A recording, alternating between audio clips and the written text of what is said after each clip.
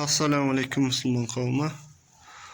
Кезекті видео навис, яғни шеңберленген темір шатырларға байланысты болады иншаллах. Так, бұл жұмыстың затын көрсетеміз. Стойка бар ғой, екі стойка болады. Жалпы навистің жүйесі солай ғой. Сызып қойдым өзімше. Екі стойкасы болады, тірегіші болады, яғни бірнеше тірегіштерден тұрады, сосын үстіне сондай домалақша ферма түседі. Мен қазір көрсетейін деп отқан шаруам сол домалақ төшекесінде домалақ ферманы құрастырудың тәртіптері жүйесі біздің кезекте қалай құрастырылады деген сияқты иншаллах. Бізге керегі екі тірегіштің арасы 6 метр. 6 метр және биіктігі 1,20 болады шығар иншаллах. Оны өзгерісте болуы мүмкін, себебі стойкке на ферма аласа көрініп қалмау керек. Слишком қатты шошақта болып кетпеу керек та. Қазір суретте жобалысын сызып көрсеттім ғой, негізі мынау кішкене аласа көрініп тұрды, былайша айтқанда да. Сол осындай дәрежеде болып қалмасы үшін біз қайта ферманы құрастырып, көзбен атып, әуелгі істеген тәжірибемен салыстырып, осының размерін шығарамыз иншаллах. 6 метрлік профиль жалпы 6 метрден тұрады. Профиль 6 метрден тұрады. 6 метрді 1,20-ға еген кезде ол 1,45-ке, 5,45-ке қарай қысқарады. Яғни шеткі размері 5,40-қа қарай қысқарады. Тұрба елген сайын размер секрет деген сөз ғой. Бұл енді обучающий үйретілетін видео болғасын толық айтып жатқан жайым бар да. Енді біз сол үшін 6 метрге жалғаймыз. Бізде 6 метр негізгі шеткі размер, елгеннен кейінгі размер 6 метр болатын болғаннан кейін біз оған жалғаймыз. 6 метр емес, ана шетіне бөлекше профиль жалғақ қойдым жобасы. 2 метрде жалғақ қойдым. Бұл көп болады шығар, бірақ сонда да өзімізге ыңғайлы болу үшін, кейін тағы екі жұмыс қылмас үшін көбірек жалғай береміз. Сосын артын кесіп тастаймыз. Сосын анық размер шығады, өлшемі. Сол арқылы жұмыс жасаймыз иншаллах. Қазір істелетін шаруа 6 метрге жаңағыны дәнекерлеймін. Сосын ана труба киіп өтетін жерлерін, дәнекерлеген жерлерді шлиповать етіп тазалаймын иншаллах. Байқап отырсаңыздар. Труба киіпті дайындап қойдым. Қазір жай иншаллах иіп көремін. Жалпы осы видео иншаллах толық осы ферманың құрастыруына арналады. Тек осы ферманың, басқа жұмыстарды айтпай қойында, жалғыз осы ферманың құрастыру негіздерін арнаймын иншаллах. Бізбен бірге болыңыздар. Размерді аз-маз түсіндіріп жіберейін. 6 метр деп мана грубо айтқаным. Негізі кеше есептегенде екі стойканың арасы 5,93. 5,93. Стойкалар 8 сантиметрден екеуі 16 сантиметр. Яғни стойкалардың екі шеті 6 метр 9 сантиметр деген сөз. 6-9 және екі шетке 10-10-нан шығар жібереміз. Стойкадан фермамыз 10 сантиметрде шығып тұрады. Ар жағы да дәл солай, сонда уже 20 қосылады. 6-9 болса 6-29 болады деген сөз. Соны 0-де жүріп 6-30 қылып алып жатырмыз. Негізгі ферманың шетінен арғы шетіне дейін 6 метр 30 сантиметр. 6-30 сантиметрді біз белгілеп сыздық. Астына осындай ұзыншақ темір қойып жібереміз. Негізі қалыңдау темір қойғанда жақсы болатын еді. Бізде табылған осы болып тұр. 6-30-ды белгіледік те. Сол 6-30-ға біздің үстіңгі фермамызды, үстіңгі бөлігін 6-30-ның шетіне алып келіп қойдық. Мына шеті де, яғни мана біз үстіңгі бөлігіне 6 метріне 2 сантиметр 2 метр 5 сантиметр және 5 миллиметр жалғаған болатынбыз. Ол байқап отырсаңыздар бірнеше есе ұзын шықты. Сол кезде де айтқан болатын, яғни ұзын шығады. Белгілі болды ұзын шығатын, бірақ сонда да кесіп жатпай қойшы деп. Енді осы ұзын шыққан бөлігін есептеймізді, қалған фермаларда жалғаған кезде тек осы бөлігін жалғаймыз. Жалғанған жерден шетіне дейін жалғаймыз да, қалған бөлігін басқа нәрселерге пайдаланамыз. Арасы 1,20 болды. Астыңғы деңгейден ортасын шығарып аламыз. 6,30-дың ортасы 3,15 сызып алып, сол жерден шетке өлшеген кезде 1,20 болды. 1,20 ортанбай сияқты негізі. Осының размерін, биіктігін шығарған кезде, яғни домалық шеңбердің биіктігін шығарған кезде стойканың ұзындықтарына да мән беру керек, және арақашықтығына да мән беру керек. Арақашықтығы мен биіктігіне сәйкесінше шеңберлі құрастырамыз. Біздің кезекте стойканың биіктігі 3,30 жобасы, 3,30 болу керек. 3,30-ға 1,20, яғни арасы 6,30 болса, жаман көрінбейтін сияқты. Так, барлық тұстарын айтқан сияқтымын. Енді астыңғы бөлігін дәл осы жүйемен иеміз. Астыңғы бөлігі осы жобадан түседі, арасы бір 25-27 см болады. Мынаның арасы 12-13 см болса, аяғы 27-25 болу керек негізі тәжірибе бойынша.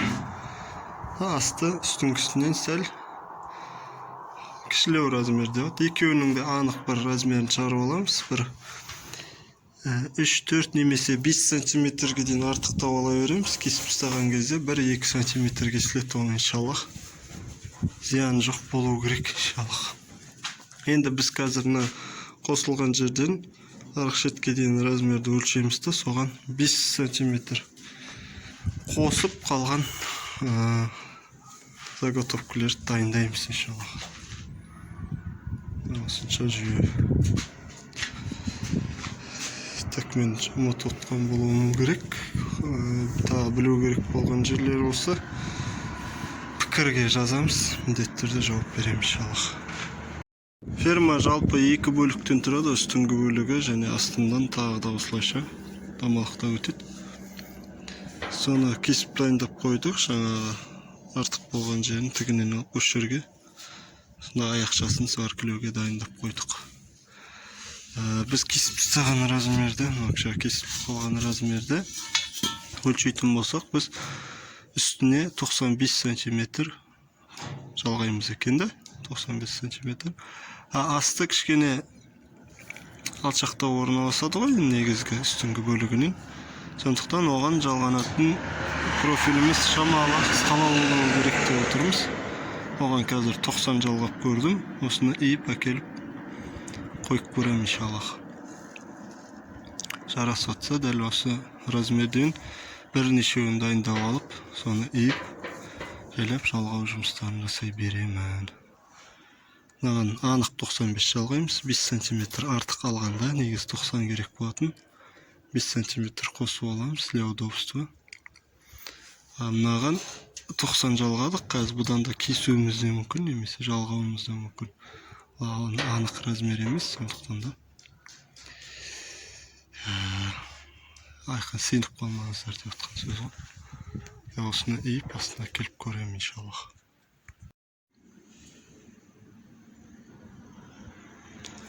Так, ферманың астыңғы бөлігін бір-біріне іріктіріп жалғап жатырмыз. Арасы 12 см. Арасы 12 см, бұл да сол 40-20 профиль тұрбадан жалғап жатырмыз. Және де мен жаңа айтып өткенімдей, бұған 90 жалғадық дедік, 6 метрге 90 жалғадық. 90 емес, 45 жалғасақ та болады екен, қара. Қанша ұзын шығып тұр. 45 жалғасақ, шеткі деңгейінен 5 сантиметрде артық болады екен. Яғни мынаған 95 жалғанса, астыңғы бөлігіне 45. Мынаған қанша размер шыққан болса, соның жартысын жалғасақ та, иншаллах, шеткілікті болады екен. Есте осының арасы 12 сантиметрден болатын болса. Қалай шығардық? Төбедегі бөлігін арық шетіне прихваттадық. 1,20-ны шығардық. Сосын 1,20 келіп тұрған жеріне 6:30'da сызыкка тирип, иш жагынан да приходдап койдук го энди. Сосын экинчи бөлүгүн ийип алып келдик. Ийип алып келдик да мына жерге жана 12-ни сваркілемесек те мына жерге мына размерди билүү үчүн койдук да, онун да иш жагынан приходтадык. Сосын жай булай арасында 12-лерди коюп кете бердик. Енді мен іштей біліп тұрғасын сәтет айта алмай тұрмын да. Нақта 12 приходталды, арасына 12 қойып, ішіне приходталды, мыналарды приходтап шығып, бірі шекесін приходталамыз. Сонда негізі мына профиль мына деңгейі анық жатып тұру керек та, арасында ешқандай зазор қалмау керек. Астыда бетпе-бет болып жатып тұру керек. Ішкі деңгейлерін айтып жатырмын. Байқасаңыздар, ешқандай зазор жоқ. Түгел жатып тұр. Енді 27-ні кесеміз да, арасы 27-ге тең болды. Мына шеті мен мына шеті 27 аяғы да. Мынаны да дәл осылай, осындай күйде кесіп ұстап, аяғын сваркілейміз иншаллах. Бізге 6:30-ға керек болған размер негізі 6 метр профиль тұрба, соған үстіңгі бөлігіне 95 жалғаймыз, астыңғы бөлігіне 45 жалғаймыз. Сонда 5 сантиметрден артық болады негізгі размерден. Ол өзіміздің ыңғайымыз үшін қалдырып кеттік. Астына осындай тірегіш, есеп шығару, нөлдеу, ориентир жасау үшін осындай ұзыншақ темір сваркілеген жақсы болады. Баяғы шалдардың әдісі ғой, ешқандай станок сат жоқ. Енді осы шаблонды құрастырып алғаннан кейін әбден мына шеттеріне бүйтіп профиль тұрба сваркілеп шығамыз екі шетіне. Келесілерін әкеліп осының ішіне кигізіп қалғандарына өлшеу зат керек емес иншаллах. Кигізіп жібереміз де, істеп жалғап кете береміз. Осылайша біздің осындай негізгі шеңберленген фермамыз дайын болды. 27 сантиметр аяғын сваркілейміз. Мән беру керек болған нәрсе, негізі өзімнің мән беретін нәрсе мына 27 сантиметр.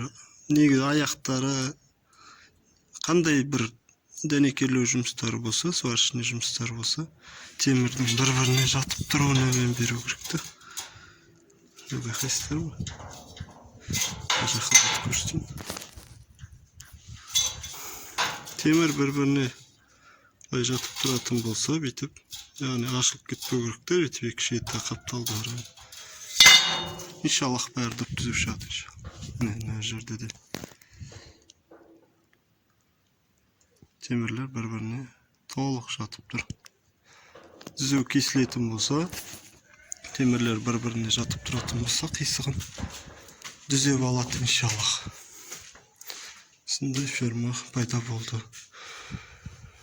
Жалпы кейбір ютубтарда заттарда видео қарап отырасың ғой. Саған керек жерлерін айтпай кетеді да. Неге айтпайды екен деп ойлайтын болсам. Олар іштей өздері біліп тұрады да, сосын білгесін жұртта білетін шығар деп ойлайтын шығар да. Сонда бар. Себебі мен әдетте істеп жүрген нәрселер болғасын. Төрттай мелочь ақылымен тауып алады деген заттарды айтпайсың да, оны бірақ қарапайым халық күнде көріп жүрмеген болмағасын. Білмейді да. Осындай ферма құрастырылды. Дәл осы жүйе енді қапталдарына бүйтіп заттар бар ғой. Кузок мындай профильдер бар. Кузок профильдер сваркілеп қалғандарын осының үстіне жинай беремін енді. Жағына киілетін алып та. Жалпы ферма жасалу жүйесі осындай. Егер қалып қойған жерлер болса, иншаллах пікірге жазып немесе жеке шығып біліп алсаңдар болады. Қуана иншаллах жауап беремін.